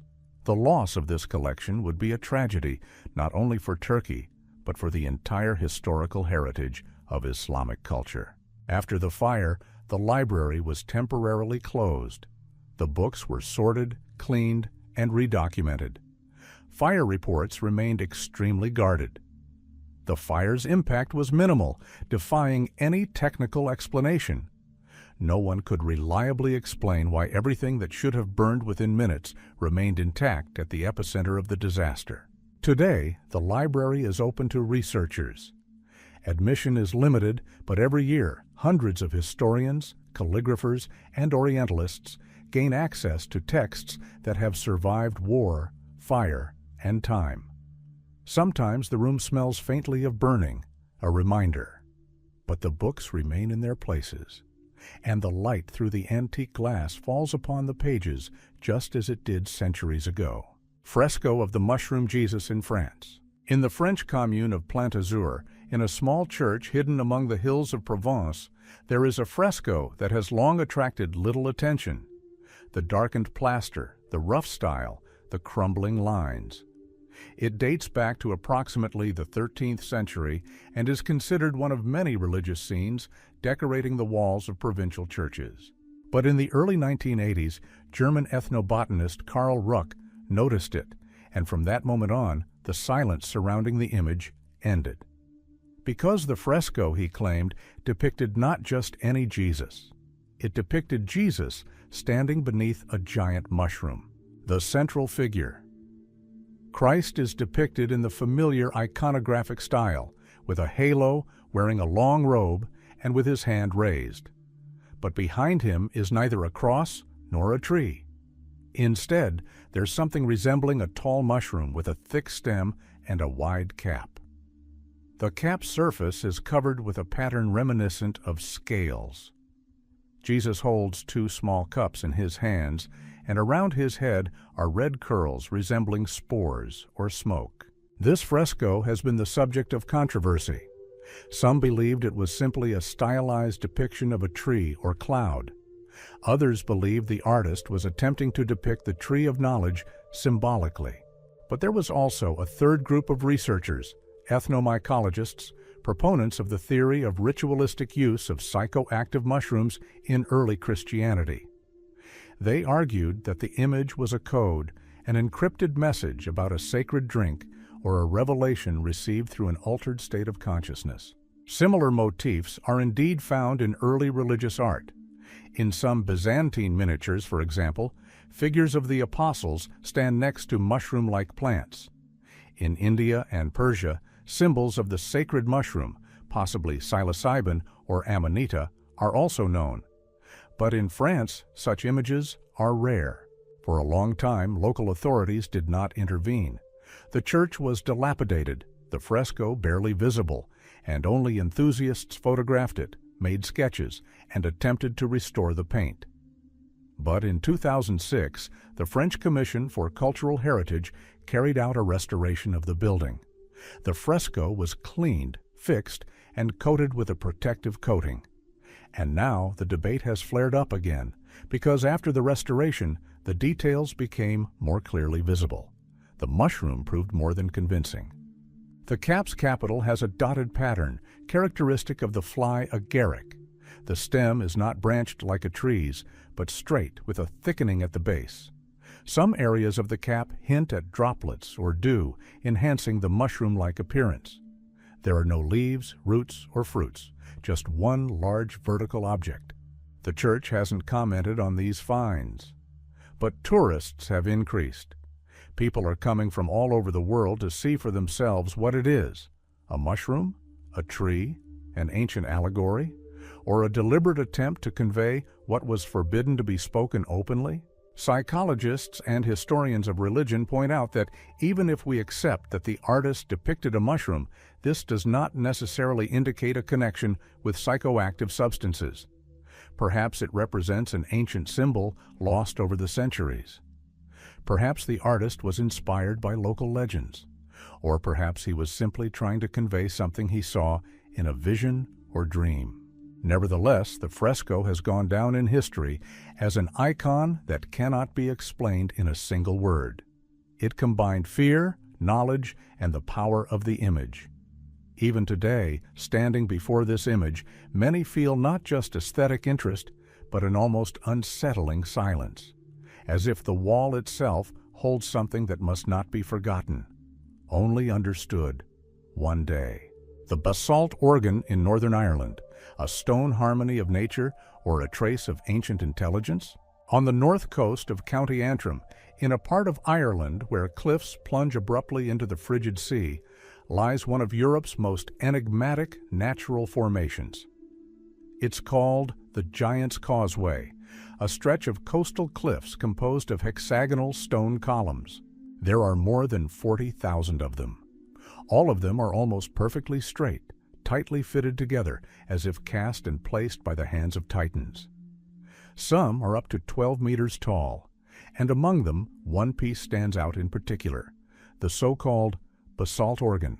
This cluster of vertical columns, shaped like a church organ, is densely packed, each with a distinctly faceted structure.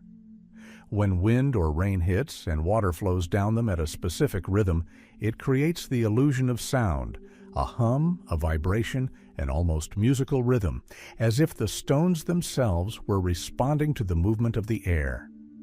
Tourists standing at the foot of the mountain sometimes claim to hear the rock sing. This effect is not recorded in any official source, but it is mentioned by dozens of eyewitnesses. Geologists explain the origin of the columns simply. A powerful eruption occurred here about 50 million years ago. The lava that filled the basin slowly cooled, and through crystallization and compression, columns with a characteristic hexagonal shape were formed. However, not everyone agrees. Some researchers point out that the excessively high degree of symmetry, the extremely dense packing, and the almost complete absence of deviations, all of this goes beyond the limits of a random natural formation. Furthermore, no crater of the corresponding size has been found nearby. Interestingly, in Irish folklore, the Giant's Causeway has since ancient times been considered a construction by the Titan Finn McCool, a mythical warrior who wanted to cross the sea and built a bridge to Scotland. Indeed, in Scotland, on the island of Staffa, there are similar basalt columns. They are called Giant's Fingers. It appears that a geological mirror exists between the two countries, as if two parts of a single structure had one day split apart. But while the columns in Scotland are disorderly, in Ireland they are organized, especially in the section housing the organ. It seems built not for strength, but for beauty and harmony. Some columns even curve, forming waves, as if frozen in motion. Scientists have attempted to recreate such forms in laboratories. They succeeded in achieving a similar structure through controlled cooling of lava, but only at a level of a few centimeters. Creating columns as tall as a man or more is currently impossible without engineering intervention. But here, tens of thousands of them. Dense, even, without chipping. Moreover, magnetic sensors in the area of the organ show subtle anomalies, deviations in the magnetic field, barely perceptible but consistent. This has sparked a wave of theories about a possible resonance of the stones, suggesting that the shape of the columns creates certain wave vibrations that are inaudible to the ear but affect perception. Some tourists describe a slight dizziness or a strange sensation of silence inside the ears when standing at the very foot of the structure. Today, the Giant's Causeway is protected as a World Heritage Site.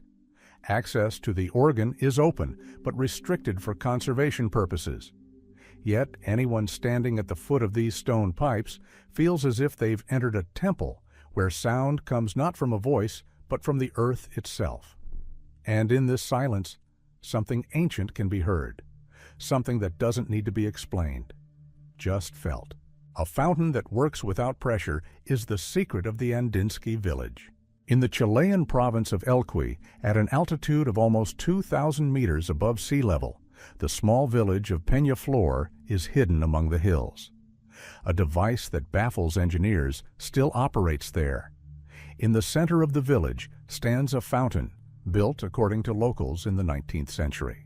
It's not connected to a pump or a pressurized tank, but the water shoots out of it almost 2 meters into the air, evenly, steadily, and without interruption, and no one can explain exactly how it works.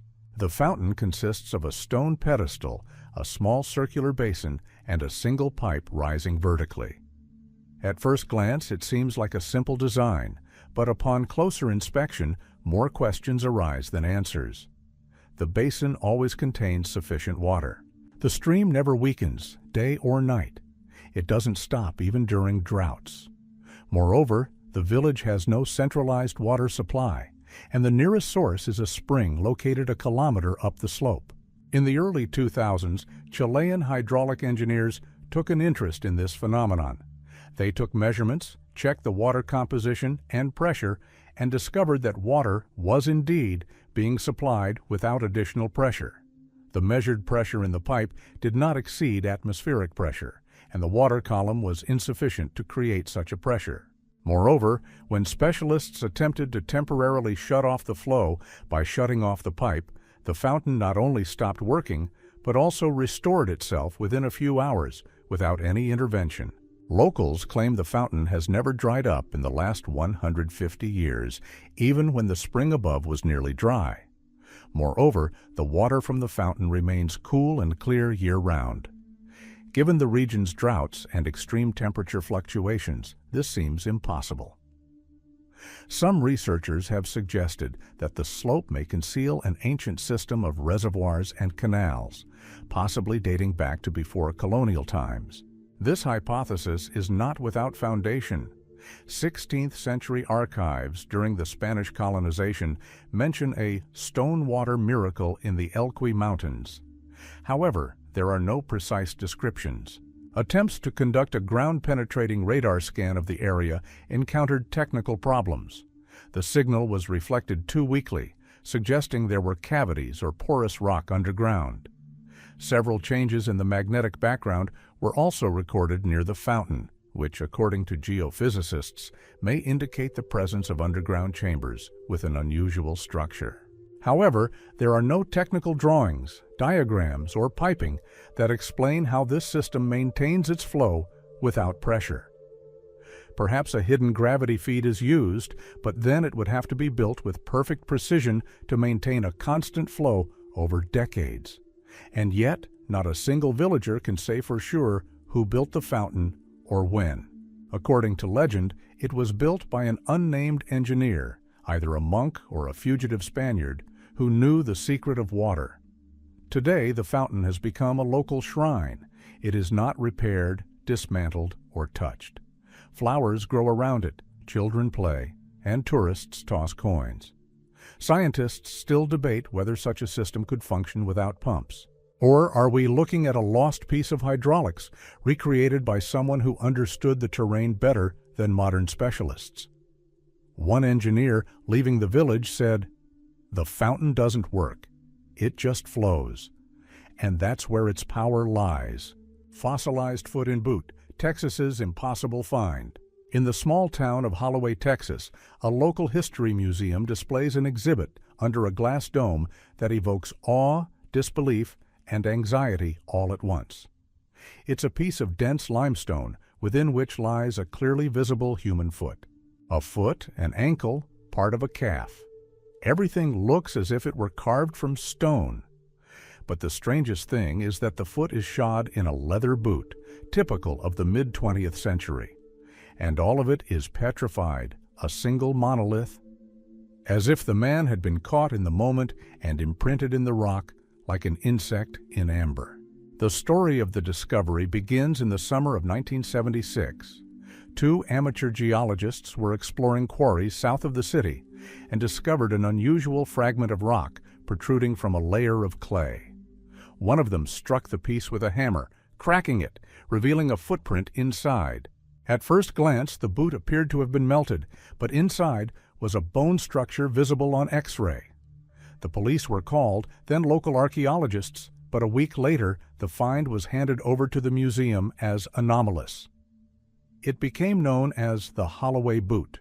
The most astonishing thing about this artifact is its juxtaposition of time periods.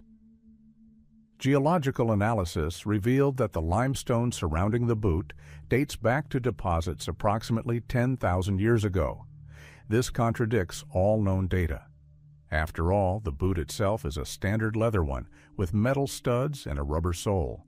Analysis of the materials revealed that the skin had indeed undergone mineralization, but was originally organic. The remains inside were fragments of bone tissue, partially fossilized, but retaining their structure. This means this isn't just a figurine or a craft, it's a real foot inside a real boot, embedded in a layer of stone that's tens of centuries old. Skeptics, of course, tried to disprove the authenticity. Some claimed the petrification was artificial, caused by a chemical reaction in the soil. Others claimed the age of the rock had been miscalculated. However, samples were sent to various labs, from Texas universities to independent experts. In all cases, one thing was confirmed. The organic matter inside was human. The shoes were modern. The mineralization was uniform. The layer was ancient. Hypotheses have emerged about possible tectonic activity, faults, and soil subsidence that could have pulled more modern objects into the ancient sediments. But none of them explain how the boot ended up completely surrounded by dense rock, with no traces of penetration or cavities. It's as if the rock formed immediately around it. Some proponents of alternative archaeology claim this is evidence not only of anomalous fossilization, but also of time lapses. That a person walking on Texas soil in the 20th century found themselves caught in a rift in time and frozen in a layer they shouldn't have been part of. Or, as more radical researchers have put it, this is a trace of long-existing reboots of civilization, when fragments of technology and bodies are accidentally preserved in the bowels of the earth, even surviving catastrophes. Official science doesn't accept any of these theories. But the fact remains, the exhibit is in a museum, it's open for viewing, and numerous experts have confirmed its physical integrity. It hasn't been explained away. It hasn't been faked. It simply is. Locals call it a step through time. And perhaps that's the most accurate description. After all, what we're dealing with isn't so much a mystery of anatomy or geology as it is a question about the very concept of time. Can it be so dense that it can turn to stone in a single second? Libya's glass desert is a scorched memory of an ancient sky. In the very center of the Libyan desert, on the border between Egypt and Libya, in one of the most inhospitable and inaccessible regions of the planet, lies an area covered in a strange material, green and yellow glass scattered among the sands, like traces of some ancient, forgotten fire. These aren't just quartz shards. They're Libyan desert glass, chemically almost identical to modern high-purity silicate glass. But its origin remains a subject of debate, speculation, and troubling conjecture. Fragments of this glass were first discovered in the early 20th century by British geologists, but locals had known about it even earlier. Bedouins called these stones stones of light and used them for jewelry. The scientific community became interested in the material after Patrick Clay's expedition in 1922 presented a collection of samples, each of which looked like a piece of molten green quartz, shimmering in the sun. The most astonishing thing is the purity of the material.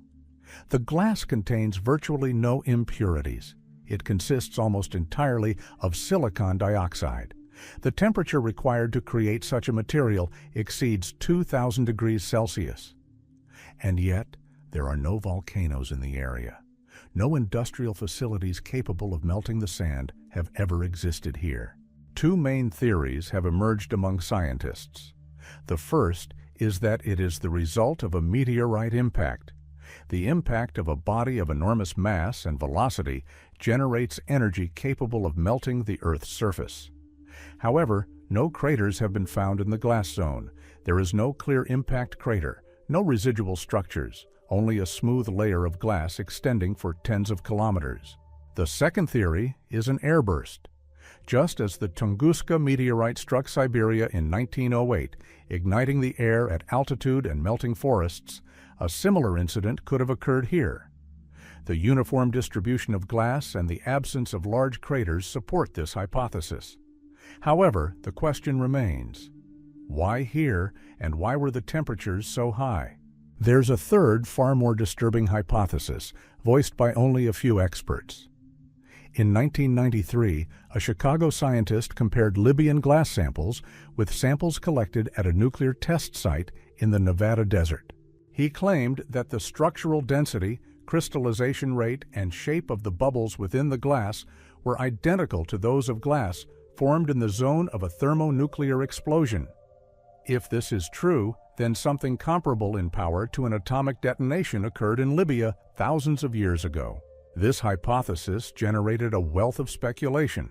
There was talk of ancient civilizations, of the weapons of the gods, of sand wars reflected in legends and texts. Mention was made of fire from heaven, described in Egyptian chronicles.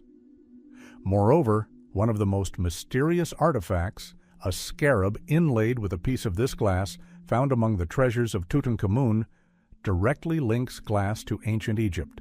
But whatever happened in this desert, it left behind only one thing: glass. Stones that cannot be burned, destroyed, or erased.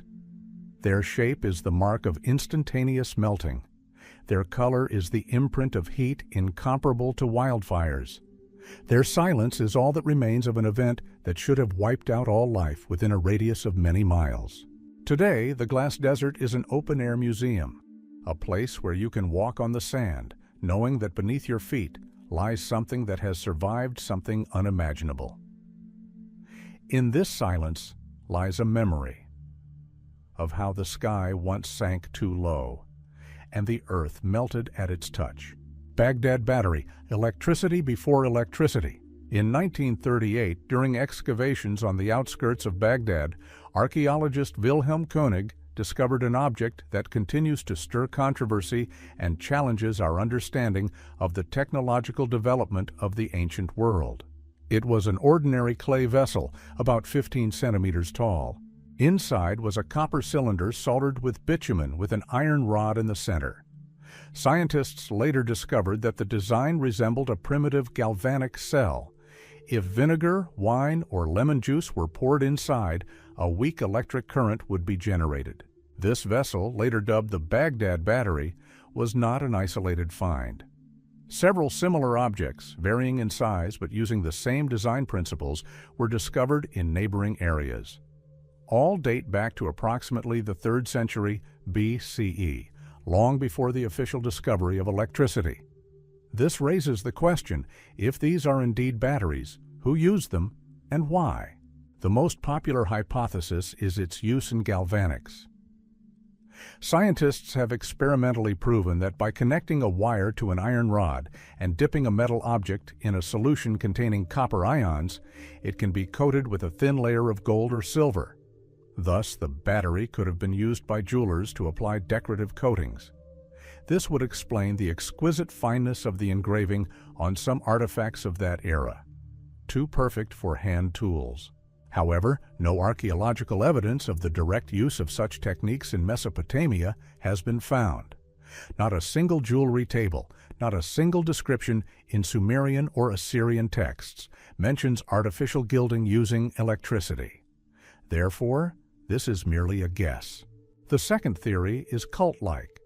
Some researchers suggest that electric current was used in rituals, for example, to deliver a mild shock when touching sacred objects. This could have evoked a sense of wonder in the priest or believer, a confirmation of the object's power. This is especially true given that Sumerian texts mention thunderbolts and illuminated vessels. But even if we dismiss the mystical theories, the question remains: how can we explain the ancient people's knowledge of electrolytes, electrodes, and circuit closure? Perhaps they didn't understand the nature of electricity, but they exploited its effects, just as the Chinese used magnets 1,000 years before magnetism was explained. However, the manufacture of such vessels requires precision, the right shape, the right insulator, and metal components. This is no accident. Some scholars completely reject the electrical hypothesis. They believe the vessels are ordinary containers for storing parchment or scrolls, and the metal elements inside are fasteners or handles. However, it remains unclear why a copper cylinder would be inserted into a clay vessel, insulated with bitumen, and an iron rod would be positioned precisely in the center. Such a design is excessive for a simple container. In 1999, the German National Geographic Institute conducted a series of experiments with exact replicas of the Baghdad vessels. Inside them, they were able to generate a current of between 0.5 and 2 volts. This is enough to cause a slight tingling sensation when touched, or, as tests showed, to ignite a small copper thread. Today, one of the original vessels is kept in the Iraqi National Museum. The rest are in private and university collections. Their condition is precarious. After the war, some of the exhibits disappeared. But the mystery remains. The Baghdad battery is more than just an artifact. It's a challenge, not so much to science, but to our understanding of who lived and how 2,000 years ago. And if they truly knew how to extract energy from liquid and metal, perhaps we aren't the first to hold lightning in our hands. The Weeping Idol is a Mexican stone that provides water in the most drought-prone times. In the highland state of Oaxaca, deep in an ancient protected forest, archaeologists have discovered an object revered by local indigenous peoples since time immemorial. It is a stone statue, approximately 1.5 meters tall, roughly carved from black volcanic tuff. She has rounded shoulders, a massive head, and arms clasped across her chest. Her face is worn away, but empty eye sockets and deep claw-like furrows running from her eyes to her chin are visible. It's called the Crying Idol, and not just because of its shape. The stone actually cries. In the hottest, driest weather, drops of moisture slowly trickle down its surface. The first scientific description of the object appeared in 1974, when Mexican archaeologists were conducting work in the area of an ancient Zapotec settlement. One of their guides, an old man from a local tribe, led them to a rock where a figure stood half buried in the ground. The ground around it was damp, even though everything around it was cracked by the heat. The next day, they attempted to examine the sculpture and noticed droplets of water, similar to condensation, forming around the eyes and neck. But the air temperature that day was over 95 degrees Fahrenheit, and humidity was minimal. Since then, the Weeping Idol has been the subject of study. Scientists have taken water samples. It was found to be fresh, free of salts and organic impurities. No reservoirs or voids capable of retaining moisture were found within the stone. Moreover, the material from which the figure is carved has extremely low hygroscopicity. It is incapable of absorbing water, much less releasing it slowly. The hypothesis that the idol absorbs moisture during the wet season and then releases it in the summer has not been confirmed. Such properties are not typical of this type of volcanic rock. Some have suggested that moisture seeps from underground and trickles down the surface. However, the area around the idol's base is always dry, and drops only begin to appear at the height of the face and chest. Sometimes they flow downwards, sometimes they remain as droplets, as if they had just emerged from within. Locals believe the stone is connected to rain spirits. According to legend, when the earth calls for water, the idol weeps, and a cloud appears a few days later. This coincidence has been recorded several times. After the idol's tears, rain began, despite a consistently dry forecast. The phenomenon impressed researchers so much that they set up weather stations, recording the slightest changes. No pressure, temperature, or precipitation levels that could explain the humidity were detected. More mystical versions have also emerged, that the idol was carved from stone that had been subjected to ancient high-temperature exposure and microscopic capillaries remained in its structure. Or perhaps mysterious physical and chemical processes related to ancient rituals and the blood of sacrifices are still at work within it. Archaeologists found traces of ash, ceramics, shells, and bones at its base. Perhaps the idol was indeed part of a sacrificial altar. Today, the crying idol is protected as part of the region's intangible heritage. It's not fenced off, but it's revered. Tourists come to see the stone deity dripping with water, as if the earth itself, through the mouth of an ancient, is silent but unable to hold back its tears. Because it's not the idol that's crying, it's what we've forgotten.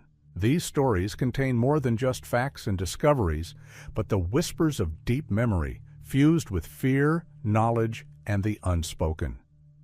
Earth, stone, metal, and silence all speak to us in a language we've almost forgotten. We may never know the whole truth. But peering into the cracks of the ancient, we hear the same thing every time. The world is much older, deeper, and more alive than our minds allow us to acknowledge.